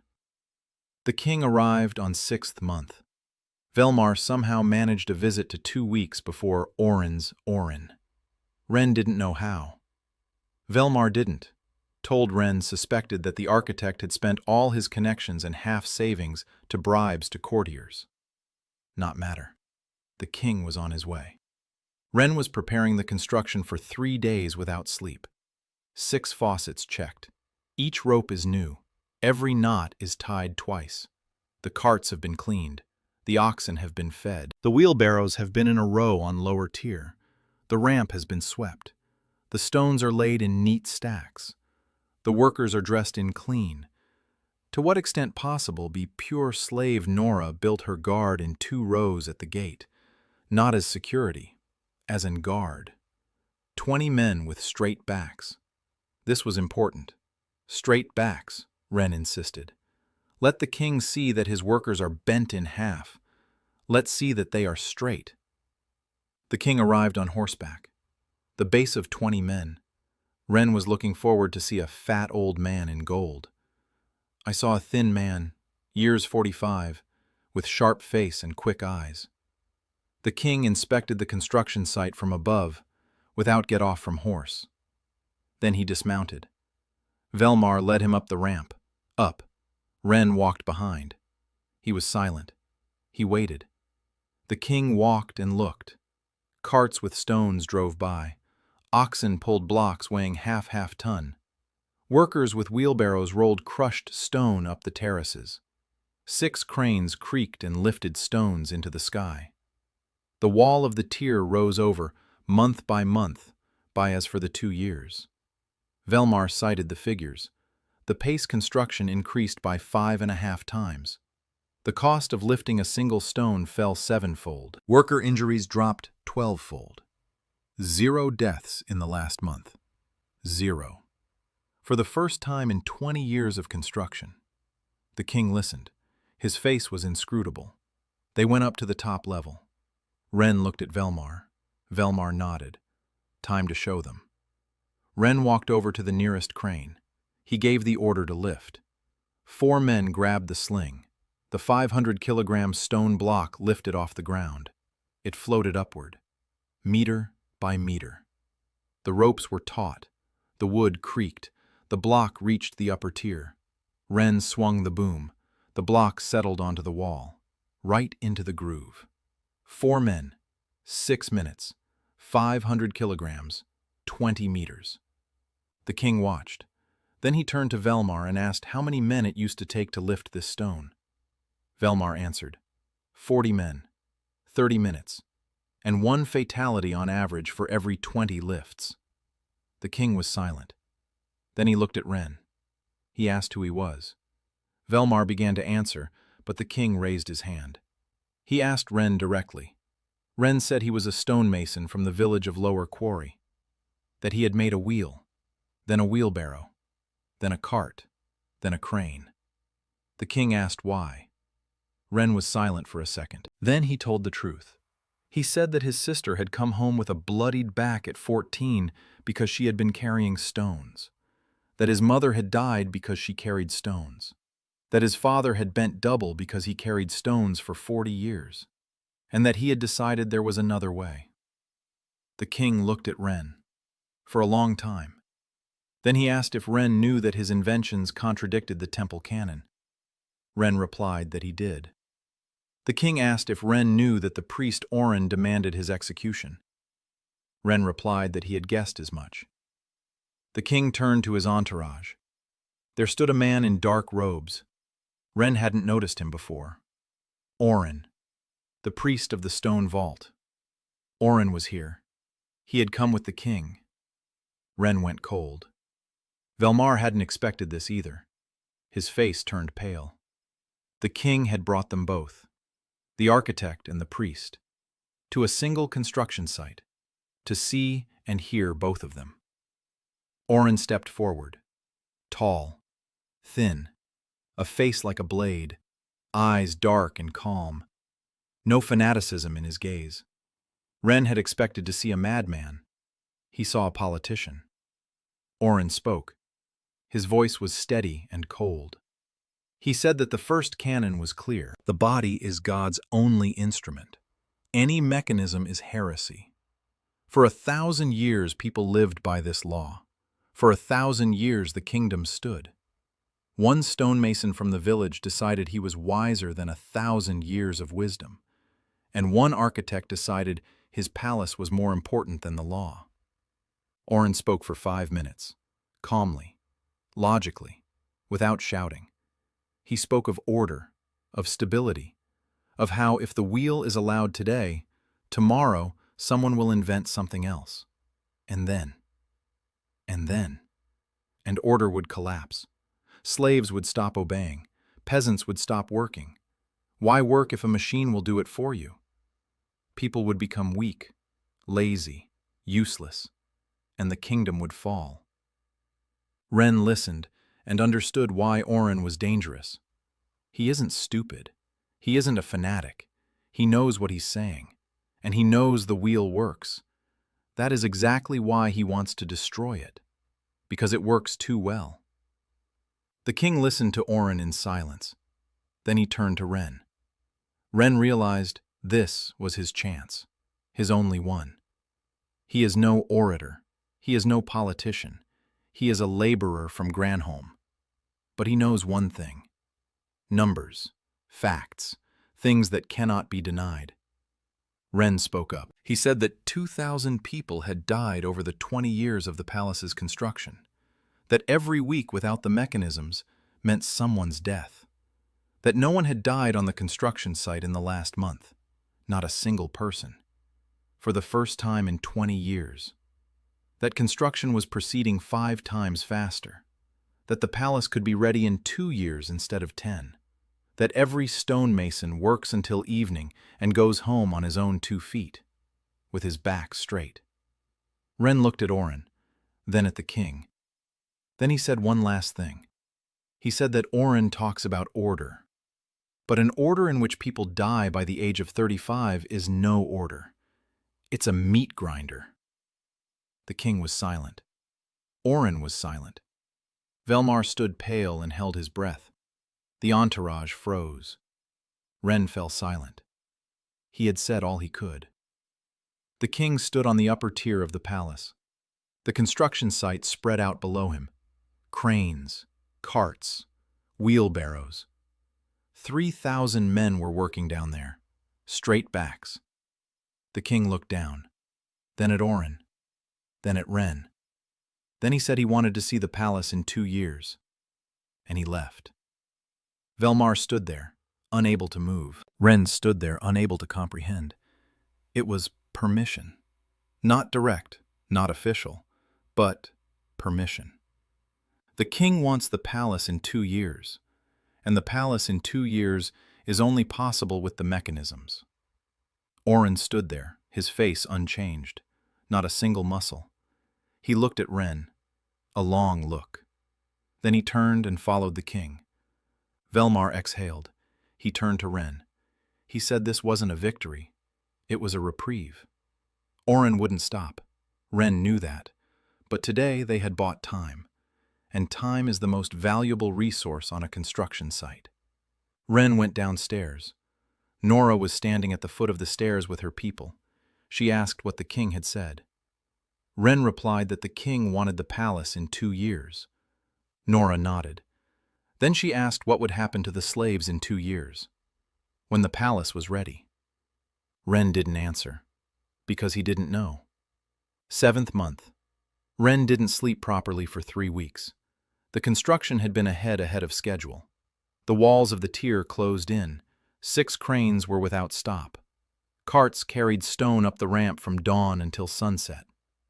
Velmar walked around construction, and for the first time in 20 years, He counted. If such speed continues, then the palace will ready in 1.5 years, even sooner than the king. But Ren didn't think about the palace. He was about that would afterward. Nora asked and this question lived in him like a thorn. 3,000 workers on the construction site. When the palace is completed, they will not needed. 1,000 of them slaves. A slave without work is a slave who will be sold, or be thrown away, or killed. Ren sat in the evening by the fire and the workers and drew on ground. The palace is a building, but in the realm dozens of buildings. Temples, bridges, roads, city walls of cities, aqueducts of which here were existed, but who were needed. If the mechanisms go beyond construction, the palace then work will end. It will change. Instead of thousands porters for a single construction, will hundreds construction workers on 10 construction sites. Instead of slaves with carrying on there, will artists with tools in there. But for this, you need for the mechanisms come beyond the palace. Now, cars and cranes are only here, under the protection of Velmar, under tacit permission the king. Everywhere behind the walls, construction the cannon. The body is the only instrument. Ren went to Velmar. He said that he needed resolution to manufacture wheelbarrows for other construction sites. Velmar looked at him as at a madman. He said that the king had permitted mechanisms on his construction site. Not everywhere. Not in the kingdom. Here. Ren replied that he understood. But if mechanisms remain only here, then after the palace will disappear. Oren will wait the end construction and burn everything, and everything will return to our backs." Velmar paused to think. He wasn't a kind person. He needs a palace, but he also not a person. He understood that his reputation was tied to mechanisms. If after the palace the mechanisms disappear, then its achievement will be forgotten. If the mechanisms remain, then Velmar will enter Go history as the man who revolutionized construction. Velmar said that he would try. Ren returned to Nizhny Karriere. The village had changed. In 6 months from a settlement of stonemasons, she transformed into workshop. 40 people were making wheelbarrows, 10 were making wheels for carts. Ulm took on 2 apprentices and forged non-stop. Tilda managed everything. She was 15 and knew more about production than anyone else. She kept track of everything on wooden slats: materials, finished products, orders, payment, debts. Tilda came to Ren and said they had a problem: money. Velmar was paying for wheelbarrows for the palace construction. But if Ren wanted to sell wheelbarrows to others, he needed buyers. Peasants are poor. They don't have silver for a wheelbarrow. And those who have silver are merchants and landowners, who don't need a wheelbarrow because they have slaves. Ren sat down and thought. Tilda is right. It's a vicious cycle. The poor need a wheelbarrow but have no money. The rich don't need a wheelbarrow because they have slaves. We need to break the cycle. Ren suggested renting. Don't sell the cart. Lend it out for a time. A peasant takes the cart for a month. He works. He pays a small share of what he earns. Tilda looked at him and said, "It might work, but we need someone to go around the villages and offer it." Ren smiled. He knew who. Horth, the first user of the cart, the man who had rolled it around the clearing for 20 minutes and couldn't stop. Horth listened to the proposal and lit up. He said he'd visit 10 villages in a week. Ren gave him a wagon with 5 carts, and Horth drove off. A week later, Horth returned without the carts. All 5 had been rented out. Horth told how he demonstrated the cart in every village. He'd roll it out into the square, load it with stones, push it. People watched, at first with horror, then with interest, then with greed. Horth said the first one to approach was always the most exhausted, the one whose back hurt the most, the one with nothing to lose. In one village, an old man fell to his knees in front of the wheelbarrow. He began to pray. Horth lifted him up and said there was no need to pray. He had to push. The old man grabbed the handles and pushed, and he cried. Like Grano. Like everyone who pushed for the first time after decades of carrying loads on their backs. Horth left again, with 10 wheelbarrows, then with 20. Within a month, the wheelbarrows were in 30 villages, little streams flowing from the lower quarry in all directions. The peasants began to pay, a little, a sack of grain, a basket of apples, sometimes a copper coin. Tilda accepted everything and kept records. She set up a system. Each wheelbarrow was numbered. Every renter was recorded. Lease term, payment, condition of the wheelbarrow. Ren looked at Tilda's little boards and thought that in a past life, this was called bookkeeping. Tilda had invented bookkeeping at 15 without a single day of school. Little Ron was hanging around the workshop. He was 9. In a year, he was supposed to go to the quarry. Ren looked at him and saw that Ron hadn't hauled a single stone. His back was straight. His shoulders were level. His hands were clean. He ran between the workshops and carried small parts, bushings, pins, ropes. He liked it. Ren swore to himself that there would be no quarry for Ron.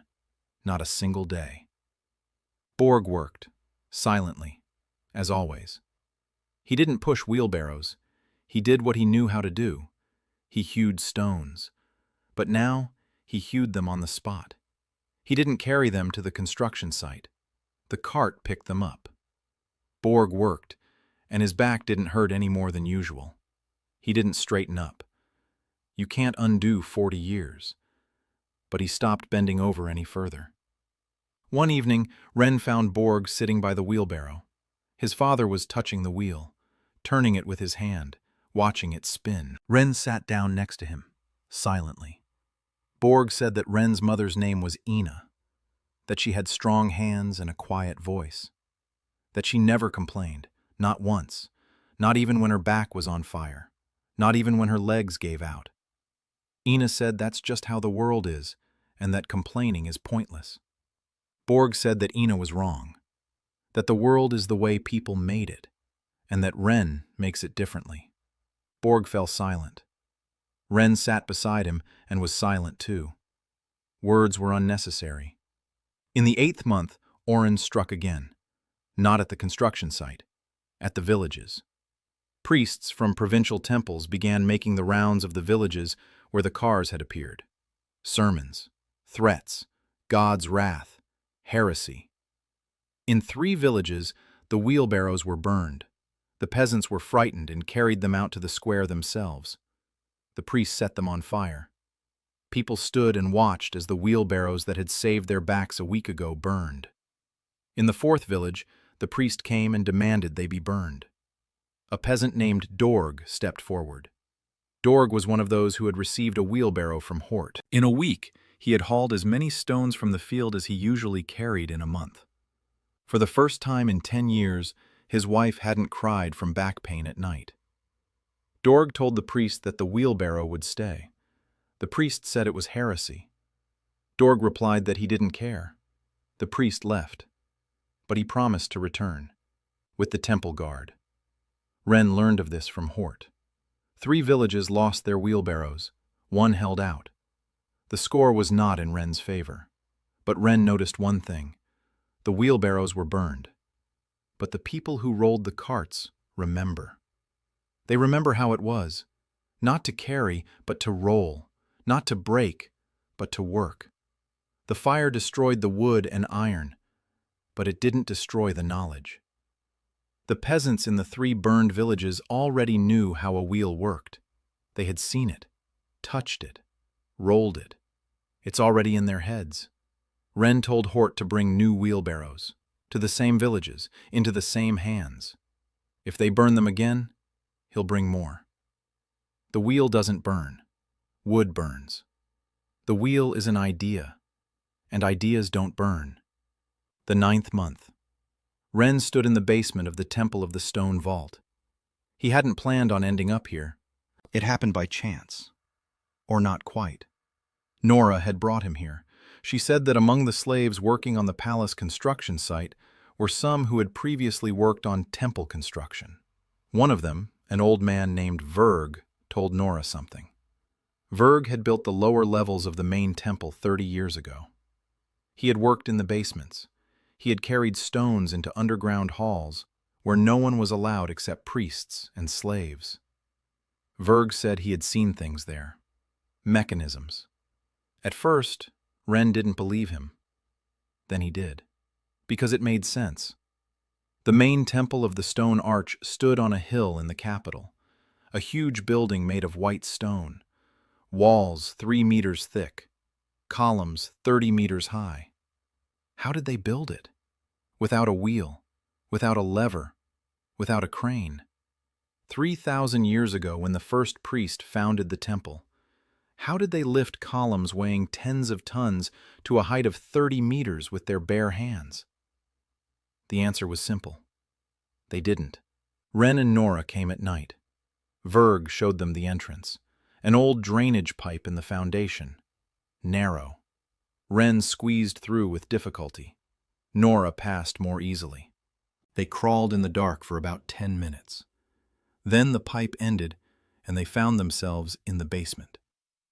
Ren lit a torch and froze.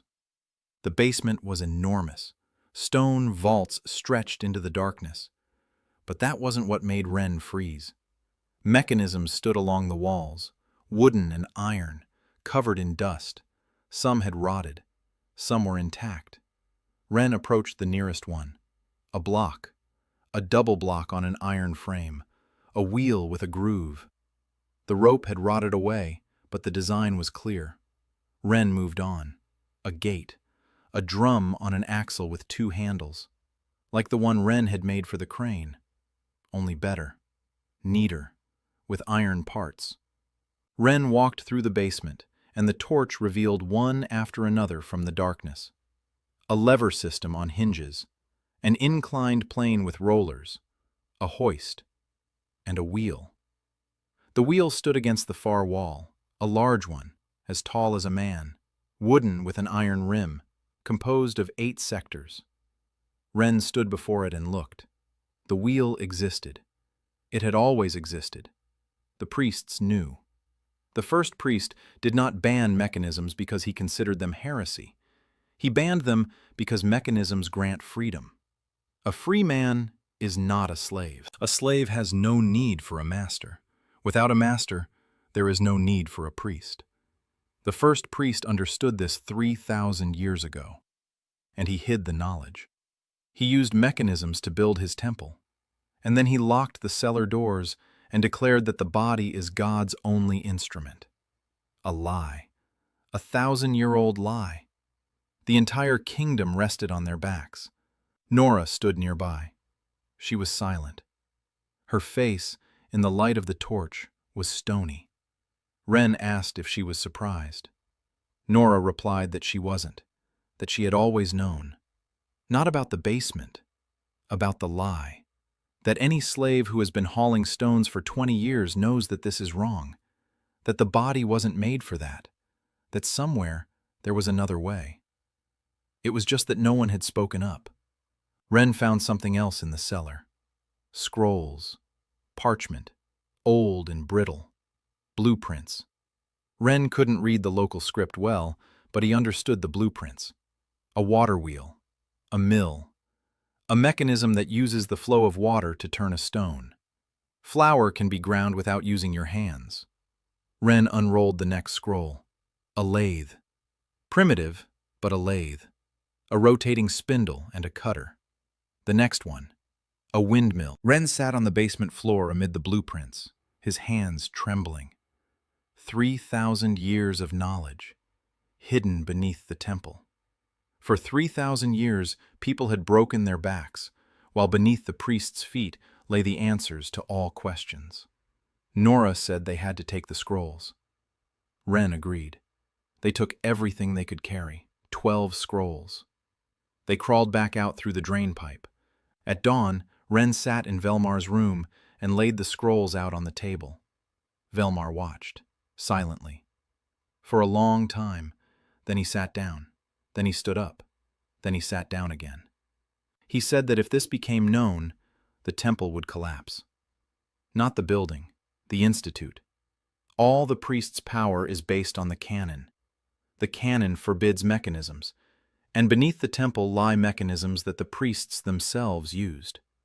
The entire dogma is a lie. Velmar said that this is a weapon, more powerful than any crane. If shown to the king, Orin is destroyed. The temple is destroyed. Wren said he didn't want to destroy the temple. Velmar looked at him like he was an idiot. Wren explained, if the temple collapses, chaos will ensue. People believe in the canon. 3,000 years of faith. If you take away their faith, what will remain? Fear, anger, rebellion. Wren doesn't want a rebellion. He wants cars in every village. Velmar asked what to do with the blueprints then. Wren replied that the blueprints are leverage, not for a strike, for pressure. Orin knows what's under the temple. He's consciously perpetuating the lie. If Orin finds out that Wren knows, Orin has 2 choices. Either make a deal or risk being exposed. Velmar smirked. He said that for a village stonemason, Wren was pretty good at blackmail. Wren shrugged. He said that on the construction site in Granholm, he'd learned you shouldn't fight with the foreman. You have to have something the foreman fears. Velmar didn't understand what Granholm was. Wren didn't bother to explain. Wren sent Orin a message, through a trusted contact. 1 sentence. I was in the basement. The reply came 2 days later. Orin wanted to meet. The meeting with Orin took place on neutral ground, an abandoned stone barn halfway between the capital and the lower quarry. Ren came with Nora. Oren came alone. No guards, no entourage. Ren expected to see anger or fear. He saw neither. Oren was calm. He sat down on a stone bench and looked at Ren. He said that Ren had been to a place he shouldn't have gone. Ren replied that he had seen the blocks and the gates and the wheel as tall as a man, and the blueprints. Oren was silent for a moment. Then he spoke, and what he said surprised Ren. Oren didn't deny it. He didn't threaten him. He began to explain. Oren said that the high priest was a genius, not a fanatic, a genius. 3,000 years ago, the kingdom was on the brink. War, famine, chaos. The mechanisms existed, the wheel existed, and those who had the mechanisms destroyed those who didn't. The lords built siege towers on wheels, catapults, battering rams. The war went on endlessly. The first priest took the mechanisms away from everyone, from the lords, from the peasants, from everyone.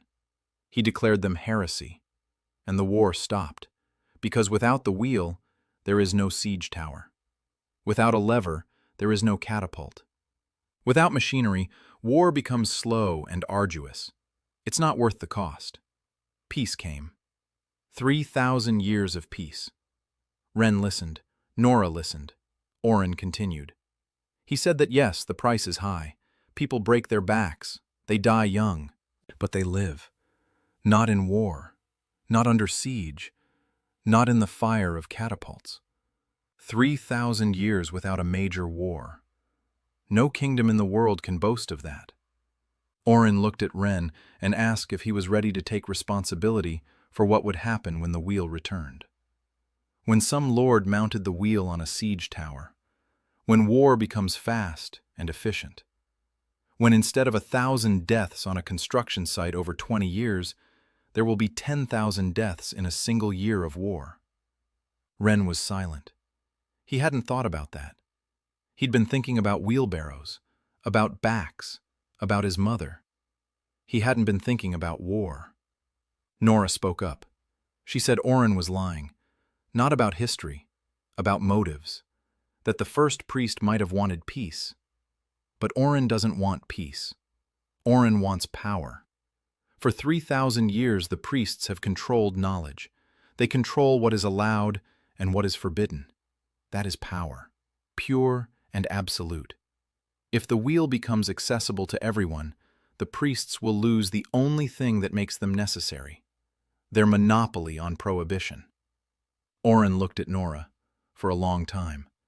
Then he smirked. He said she was smart for a slave. Nora replied that she was smart for a human. Ren intervened. He said he hadn't come to argue. He'd come to propose a deal. Oren waited. Ren laid it out. He wouldn't show the king the contents of the cellar. He wouldn't destroy the temple. He wouldn't expose the priests. In exchange, Oren would stop the persecution. The cars would stay. The carts would stay. The cranes would stay. Machinery would be permitted for construction and agriculture, not for war. The temple would preserve the canon, but with an amendment. Peaceful machinery would be allowed. Military ones are forbidden. The temple becomes not the enemy of progress, but its controller. The priests decide what is allowed and what is not. They retain their influence. They retain their power. But they stop breaking people's backs. Oren listened. His face remained unchanged. Ren finished and waited. Oren was silent for a minute. 2, 3. Then he asked what would happen if he refused. Ren replied. If Oren refused, the blueprints from the basement would end up with the king, and with every peasant in the kingdom. Everyone would learn that the priests had been lying for 3,000 years, that the mechanisms had existed, that backs were broken not for the sake of God, but for the sake of the priest's power. The temple would not survive this. Oren was silent. Nora stood by the wall and watched. Oren finally spoke. He said that Ren was forcing him to choose between losing power and losing everything. Ren replied that was exactly right. Oren stood up. He walked to the door. He paused. Wren waited.